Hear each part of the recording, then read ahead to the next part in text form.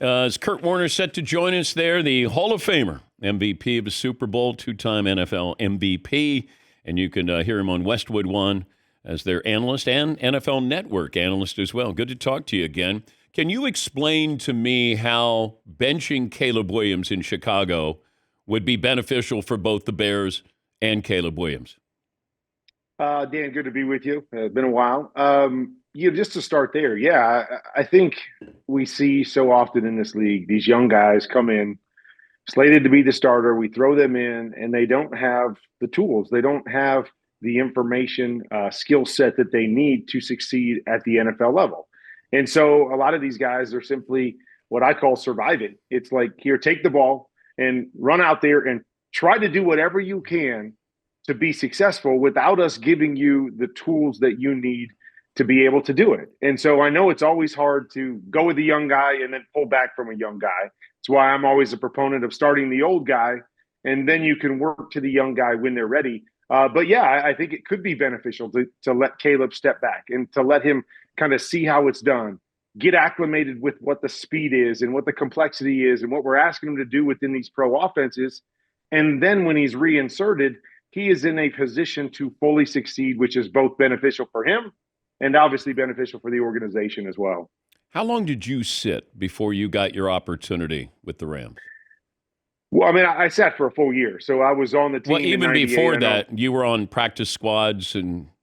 Right. Well, I mean, I was actually all over the world, Dan. So I wasn't on a practice squad before that. Just 98 was my first year, so I was kind of the scout team quarterback in 98, and then obviously took over 99 when Trent got hurt. But but again, this is twofold: is that even though I sat on the bench for 4 years in college and played in arena football and what have you, I had the skill set in terms of understanding how to play the position the way it was asked to play it in the NFL, the understanding of how to read defenses, see things, process information. So yeah, sitting could be beneficial without a doubt. But to me, it's so much about, do you have the skill set where playing, you'll learn and grow through playing, but you've got enough of a skill set to be successful. And, I was talking a little bit about Anthony Richardson yesterday. And then you liken that to guys like Peyton Manning and Andrew Luck, who were guys that were cerebral, guys that had the tools to be successful. Now, Peyton threw a bunch of interceptions his first year, had to go through some growing pains, but he had the skill set to be able to survive and play and do some good things through that. Andrew Luck the same way, but I think there's a lot of young quarterbacks that are taught differently in college football, that it becomes more about plug and play guys, athletic guys. Hey, use your athleticism more than learning the position. And when you get to the NFL, it's hard to live in that world. Even if you're a great athlete, it's hard to live in the athletic world, and you've got to do those other things. And if you don't have that skill set, this game can swallow you up very quickly. Yeah, and maybe you can speak to this, because I talk about this a lot, that the game is so fast in the NFL, you have to throw guys open. In college, guys are open. I mean, if you play at a big-time program, you're going to have multiple receivers to throw to. But explain to us, the audience, what it's like when there is a small window, when you have to have anticipation, where when it's not there, you'd have to eat it. Like, you can't scramble around. And these are things that these college quarterbacks come in, hey, I can extend a play. I'm the next Patrick Mahomes. No, you're not.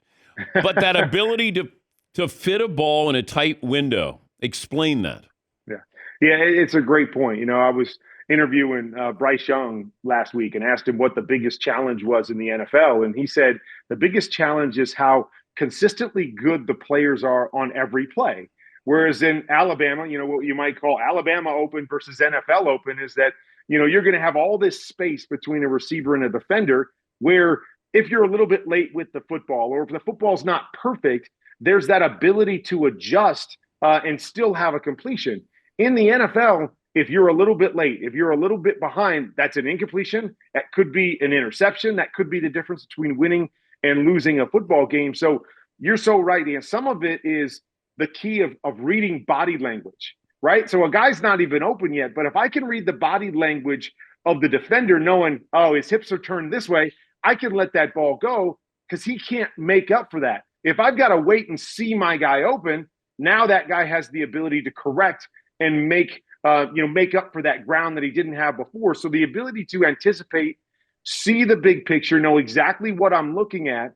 And then the other part, Dan, that I think is lost on a lot of these young guys is the physical technique to be ready to throw and able to throw quickly.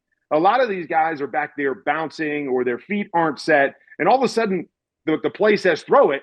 And now they've got to drop, get set, and throw it. And it's like, sorry, too late. So being able to clean up your technique is such a big part of this as well. So when you see it, the ball can actually come out right away. And again, you're playing ahead of the game, or you're playing the game faster, which allows you the benefit of being more successful in a lot of situations. Okay, but how do you explain Jaden Daniels? How do you explain C.J. Stroud? I mean, even Drake May has played pretty well. Agreed. I think the first thing I'll say, I'll go right back to technique. You look at C.J. Stroud, you look at Jaden Daniels, those guys have strong technique. So they're ready to play quarterback. They're ready to throw the football. Wait, but what are they doing that Caleb Williams is not doing? Well, I mean, again, this would be a long conversation, Dan, just in terms of the ability to be prepared. So they're loaded into their legs. They're set. Their balance and their base is always there. So they're playing heavy into the ground as opposed to playing high, playing on their toes, playing in a position where they have to drop and move. The more movement we make between set or time that we make the decision and set to throw, the more chance we have to miss. The less movement we have, the more efficient we're going to be. So those are two guys that have come into the league very technically sound. So they don't have a lot of that wasted movement. They're always ready to play and throw, which gives them the advantage. And then there's the other side that some of these guys have learned how to play the game the right way earlier on. And so I've always made this contention. It's really hard to learn how to play quarterback. And I say that simply more in the pocket quarterback, reading, timing, anticipation, where my eyes need to be on a particular concept. It's way harder to learn that when you're playing against the best players in the world and you're playing on a Sunday afternoon than learning it when you're young and being able to hone those skills. And so some of these guys have been taught that, have played in systems that have required that more than other guys. And we're expecting those other guys to be able to play at the same level as quickly, and it just doesn't happen. Kurt Warner, the Hall of Famer, joining us. He was on the call with Rich Eisen with the NFL Network broadcast of the Giants and the Panthers game this past Sunday in Munich. What's wrong with Daniel Jones? Well, I mean, I really actually think Daniel Jones, in terms of decision-making, in terms of where he's gone with the football, has played pretty decent this year. But I think there are a number of things, and I think it starts with the processing part of it, is he doesn't seem to quite process things fast enough. So his eyes are in the right spot, but he's just late in making those decisions. And it goes back to what we were talking about. If you're a little bit late, you're late in the NFL. You can't make up for some of those things. The other times is, and it's hard to know when you just watch film, there's other times when it seems as if he's looking at it and he doesn't throw it. Like somebody's open in the direction that he's looking at and he's not throwing it. And so you always have to ask yourself, why is that? Is he simply looking in the right direction but doesn't really know what he's seeing? Or is it just late in him seeing it? And so by the time he finally, calculates and makes that decision, he feels like he's too late to throw the football. But something in that regard has to speed up, because I don't think when I watch him, I don't look at him and go, man, he doesn't know where he's going, or his eyes are in the wrong spot. It's just he is not pulling the trigger and hitting those opportunities that are in front of him.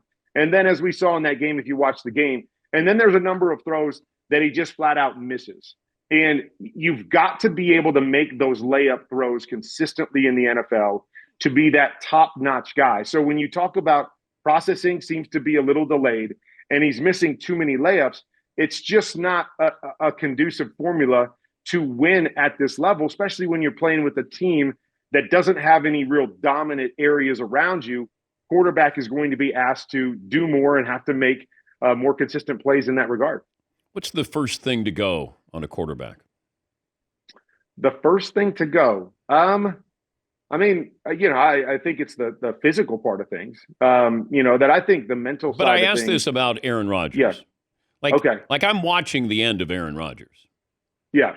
right? I think we are for sure. And I think with Aaron, and I think it's just the comfort of playing the position, because I watch the ball come out of his hands and I say he can still throw it well enough and as well as anybody in terms of throwing it. But I think it's the comfort of him being out a year, him being a little bit older, the expectations, where he just doesn't look comfortable playing the position anymore. He's moving too fast. His mind seems to be moving fast because his feet are moving fast. He's out of that comfort zone. Whereas when you watched him, in so many years, it was like he was poised. He was never panicking. He never looked like he was playing too fast. And I think that's what happens when we feel like we're losing something. I don't know what that is, whether it's control, whether it's the physical part of things, is that it's easy to start going, oh my gosh, I can't do everything that I did before. And the game starts moving faster for us than it did early in our career. And I think that's how that's what you have to avoid. And for me, it was the mental side of it. I felt like mentally I was sharper than I'd ever been, so I could see and process and think fast. So it didn't cause me to panic because maybe some of the other things had dwindled a little bit. Great to catch up with you again. Thank you, Kurt. You as always. That's Kurt Warner, Hall of Famer and MVP of the Super Bowl, two-time NFL MVP during the regular season.